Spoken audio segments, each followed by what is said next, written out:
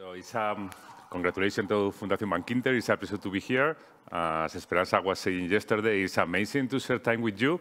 And today I want to share one of my passions. And I was really happy yesterday how the people was talking, of course, about how the technology works, how the technology, what are the real estate, the optimistic point of view, the realistic point of view, the science. But I want to share with you what is my purpose or why is my why to be here. So that's the reason that when I started studying quantum for finance, I discovered what Sergio was explaining, different use cases. But also in this moment, in my past corporate life, also we were researching about the future of the humanity, and with a special case about climate change and also sustainable transformation of societies. So we start thinking with other people, what are the main challenges that we could have, or two the main challenges that we could have now as humanity. One, we need to survive. So this is the first thing. There are meteorites, there are things, we are making climate change, but also the climate in the world used to change every 20,000 or 40,000 years. So this is one thing. The second is how we are going to grow as a society in prosperity and also in a sustainable prosperity. So for this, I put my hat of engineer and start thinking what is the most promising technology or the most powerful technology. Of course, we have machine learning, and when I discovered the potential of quantum technologies, I say, okay, this is the technology to apply. So it's why we try to say that we can use our most powerful technologies to try to solve our biggest problem. When you read about the past century, about the big investment or the big project of humanity, one could be the Manhattan Project, trying to fight for war. The second, also similar war, that is the Apollo project. I think that if we don't have this motivation, probably for the nuclear energy that we have now, we will need not 3-4 years, probably 40 years. And I would love to have your view on this. And also similar to go to the moon and all the technologies that what the people call this moonshot approach of thinking that we create, not for going to the space to the moon, but also for other use cases. So I'm trying to put in the table how we could work as a society and this group of people, how we could accelerate the readiness of quantum technologies to solve these two problems. So after this, I want to share with you some kind of not academic state of the art, what other people are doing to try to use quantum technologies for climate and for sustainability. And I would love to have a conversation later how we could collaborate to make this possible. So let's go.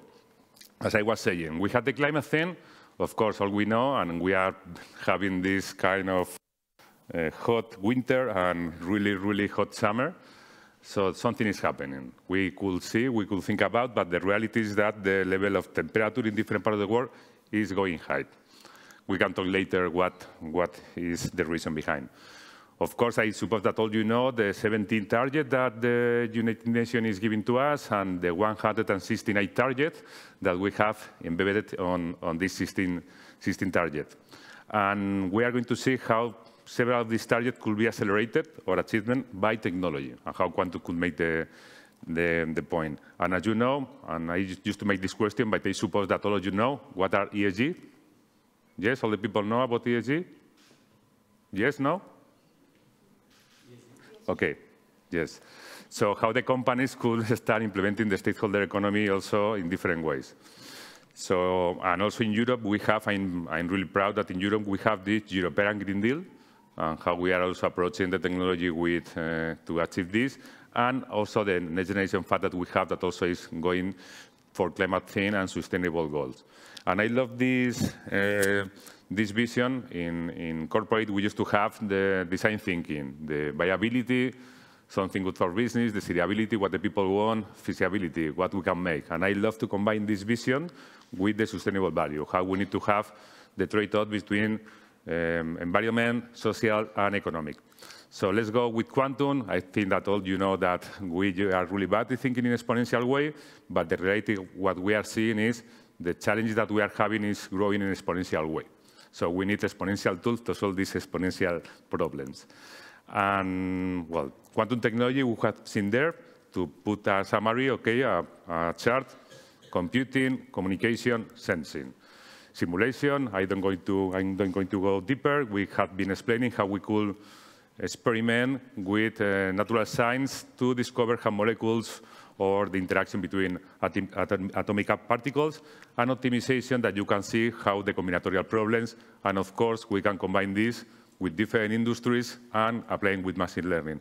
By the way, I love this graph or this picture for IBM because it's really useful to try to work with different industries and companies and imagine, and I hope that later in the working group we can use this.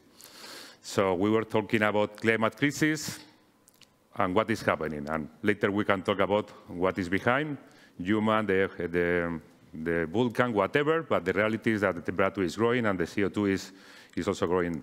So, as I was saying also, we are living in different ages, and we need to reflect that the humanity or the Earth used to change in temperature, so also we need to prepare for this and have the tool to mitigate.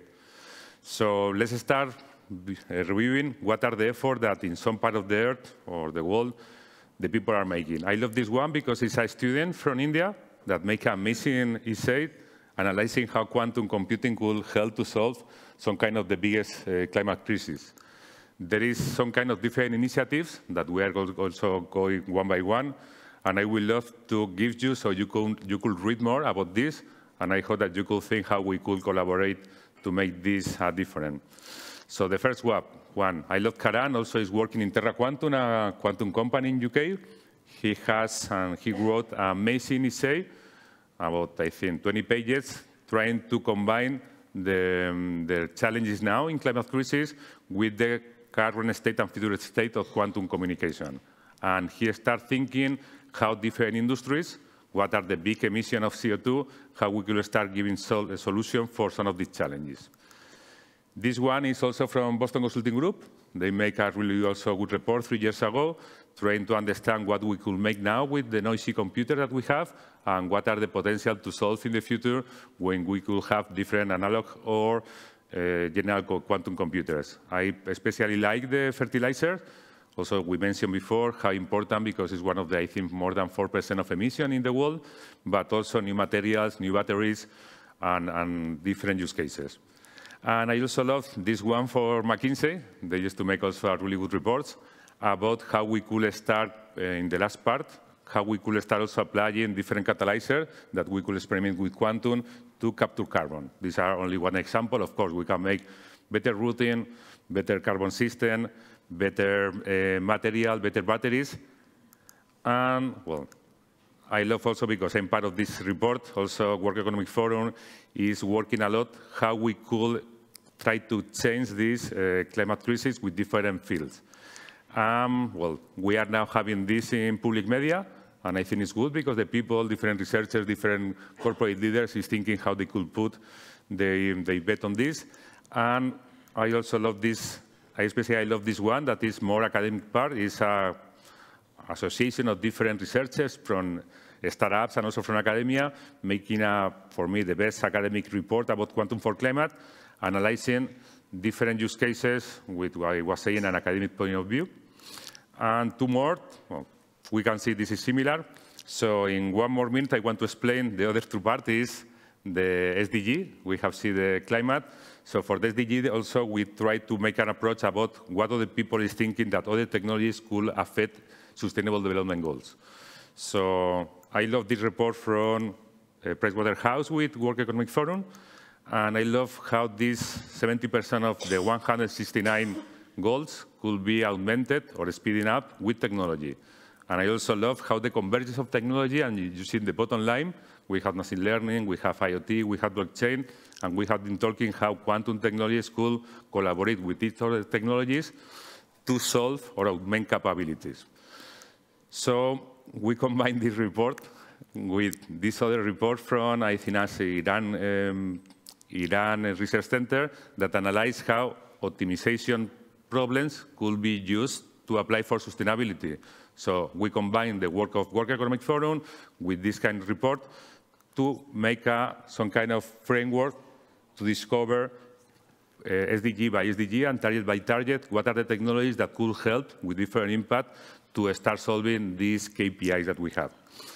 And, well, the last part for me is the ESG. And the ESG, as Sergio was commenting, I think that the financial point of view has a lot to say, because as you know, the first one is environmental, also social, but I think that creating better portfolios, and we know that investment is ruling a lot of the other industries, will help to the investor, public and private, to combine traditional profits or returns that we are expecting when we are trying to combine portfolio optimization with the ESG scoring of companies that in some ways is reflecting what is the bet of the companies for the future to be more sustainable.